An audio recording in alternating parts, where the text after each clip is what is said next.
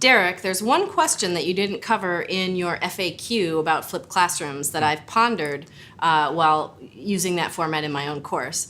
How do you manage student expectations while teaching in the flipped mode, and how, in order to maximize their engagement? Because they can turn off pretty easily and quickly and just dig their heels in and refuse to play along. That's an excellent question, Trina. How do you handle this in your classroom? You're going to toss that right back at me, aren't you? I am, yes. So I do actually deal with this pretty head on. I don't know if it's the best way, but I can tell you what I do. So at the beginning of the semester, I make a big point of emphasizing to the students why I'm using this mode. So of course I show them a little bit of data from past semesters and from research that I found that's been published by people doing scholarly work in this area. But I also really emphasize the structure and the rhythm of the course. When I set up my flipped classroom, I set it up so that each time, at the same time each week, they're doing the same thing. So on Mondays, they have problem-solving sessions. On Wednesdays, we have a lecture. I include some active learning stuff like clickers in that as well, but it's mainly a lecture. And on Friday, they have a little bit of lecture and then an in-class quiz. And then we repeat following Monday. So they know each time what to expect. They know when they need to prepare. They know that all their online material that they have to review and the quizzes that they have to do online need to be done by Monday morning. And I really hit on that over and over again at the beginning of the semester. I have a colleague at UW-Madison, his name is Barry Van Veen, and he actually has made a video about what it is to learn in a flipped classroom. And he has his students watch it. You can find it on YouTube if you Google Barry Van Veen. And he has the students watch the video and then answer some quiz questions about that video, which is about how to take the class. Yeah. And so it really drives home sort of the need to pay attention to those online materials, for those materials that have been designed for outside of class, to prepare them for the problem-solving sessions.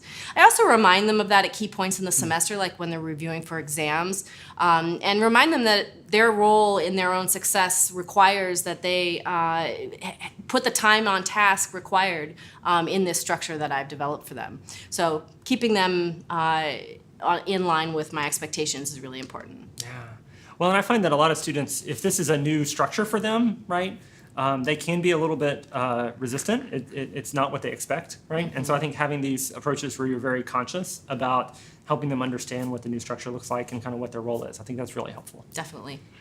You also mentioned online quizzes, and that reminds me of a point I don't think we've articulated yet in this course, which is kind of how we're thinking about technology in STEM education. And so you may have noticed we don't have a module on educational technology, and that was a deliberate choice when we put this course together. I feel that technology needs to serve the teaching and learning goals that you have, and so instead we've been kind of weaving in technology where appropriate. Right? If you want to do peer instruction, then you probably need some clickers or some kind of polling software to support that. If you want to hold students accountable for pre-class work, then some type of online quizzing can be helpful for that. So that's kind of our philosophy of technology, is that it kind of shows up where it's needed. Yeah, I totally agree with that. And one piece of technology that I've really tried to use extensively at Madison is what we call the learning management system, or maybe you've heard of it as a course management software. So this would be things like Blackboard, D2L, or Moodle.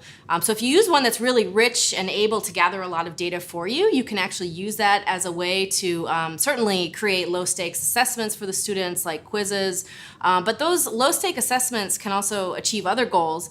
As I mentioned, the monitoring student performance and progression, so when they actually are completing their work. So is it at midnight on Sunday in preparation for Monday's class?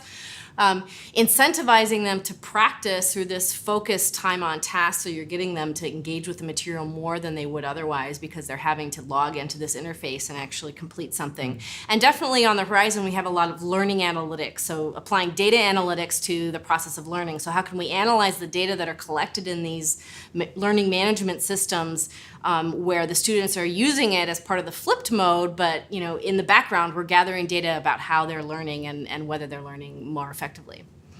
So I would again say that that's perfect for teaching as research. Yeah, sure. And when you're designing your flipped classroom, if that's something you want to do, definitely think about ways that you could gather your data for a teaching as research project, either as a baseline to compare to an intervention later that you're going to do, or as an actual data gathering assessment enterprise to determine if the flip mode really works in comparison to the traditional mode that you've been using in the past.